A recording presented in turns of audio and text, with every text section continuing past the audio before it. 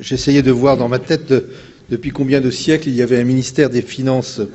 en France. Je pense que nous dépassons les siècles de votre chambre de commerce. C'est d'ailleurs autour de cela que s'est créée aussi une France unitaire. Madame la ministre, je suis très très heureux d'être à vos côtés ici. Messieurs les ministres, merci infiniment dans vos diverses qualités et responsabilités d'être présents. Messieurs les présidents, monsieur le président d'abord de la Chambre de commerce et d'industrie et d'agriculture de Mauritanie, merci de votre invitation. Monsieur l'ambassadeur, vous êtes tout nouveau, mais vous progressez à une vitesse considérable dans la connaissance de ce très beau pays, plein d'avenir, plein de possibilités de développement et de coopération. Mesdames, Messieurs les présidents, Mesdames, Messieurs les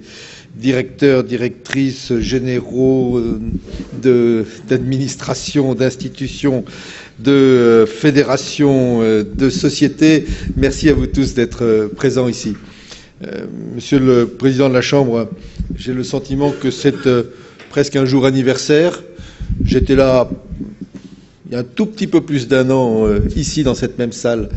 en tant que ministre du Travail à l'époque, c'est moins ancien comme fonction au sein de l'État français, pour signer un accord important, et je suis vraiment extrêmement heureux de pouvoir et honoré d'être parmi vous aujourd'hui pour participer à cette rencontre, au dialogue et à l'occasion de ce lancement du programme de compagnonnage qui vient d'être décrit entre la Chambre de commerce, d'industrie et d'agriculture de Mauritanie et l'honorable et vénérable Chambre de commerce de Marseille-Provence. L'Agence française de développement, vous l'avez dit, a signé, je salue ici son responsable en Mauritanie,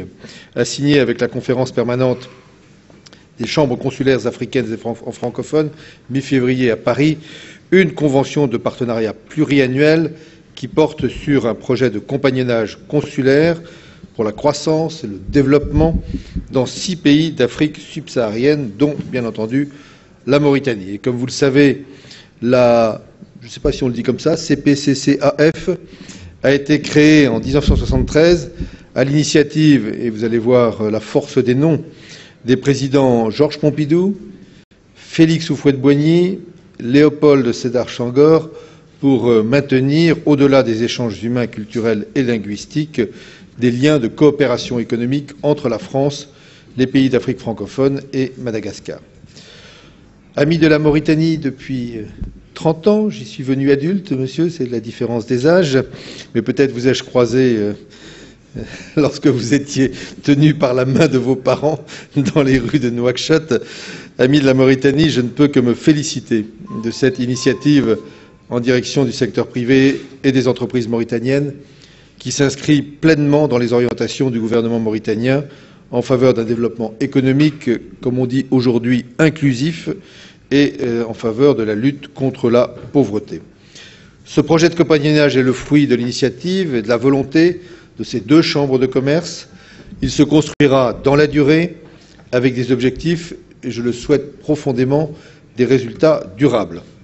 Il sera mis en place au cours des 3 prochaines années avec la Chambre de commerce de Marseille, avec une longue expérience d'appui et d'accompagnement que vous avez décrite de plusieurs chambres de commerce du Sud. Les ressources, les savoir-faire combinés de celles et de ceux qui feront vivre ce partenariat, leur connaissance intime des marchés, la volonté des opérateurs économiques mauritaniens, français, d'agir ensemble, seront ainsi mis en synergie pour permettre de renforcer l'offre de services à l'appui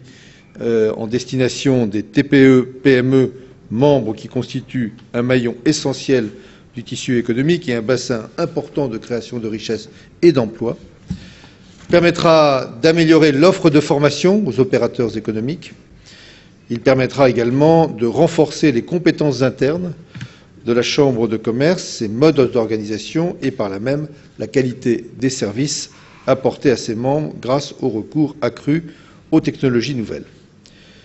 Ce partenariat devrait contribuer à améliorer l'information économique mise à la disposition des opérateurs économiques, apporter l'appui, l'accompagnement, les conseils dont ils ont besoin dans tous les domaines, y compris en termes de formation professionnelle. Et on sait combien cette question de la formation professionnelle, qui était d'ailleurs le sujet de ma présence l'année dernière, est absolument décisive à tous les niveaux, qu'il s'agisse de former des jeunes à un vrai métier ou qu'il s'agisse de former des responsables économiques, parfois de très haute responsabilité, mais à des orientations nouvelles, des technologies nouvelles, des modes de pensée nouveaux qui seront pour eux le gage de la réussite et du développement. Cette action est complémentaire des efforts du gouvernement en matière d'amélioration de l'environnement des affaires. J'en parlais ce matin aussi bien avec le ministre des Finances, le ministre des questions économiques, le Premier ministre. Cet environnement des affaires est absolument fondamental pour nous tous, sa stabilité, sa clarté, sa visibilité.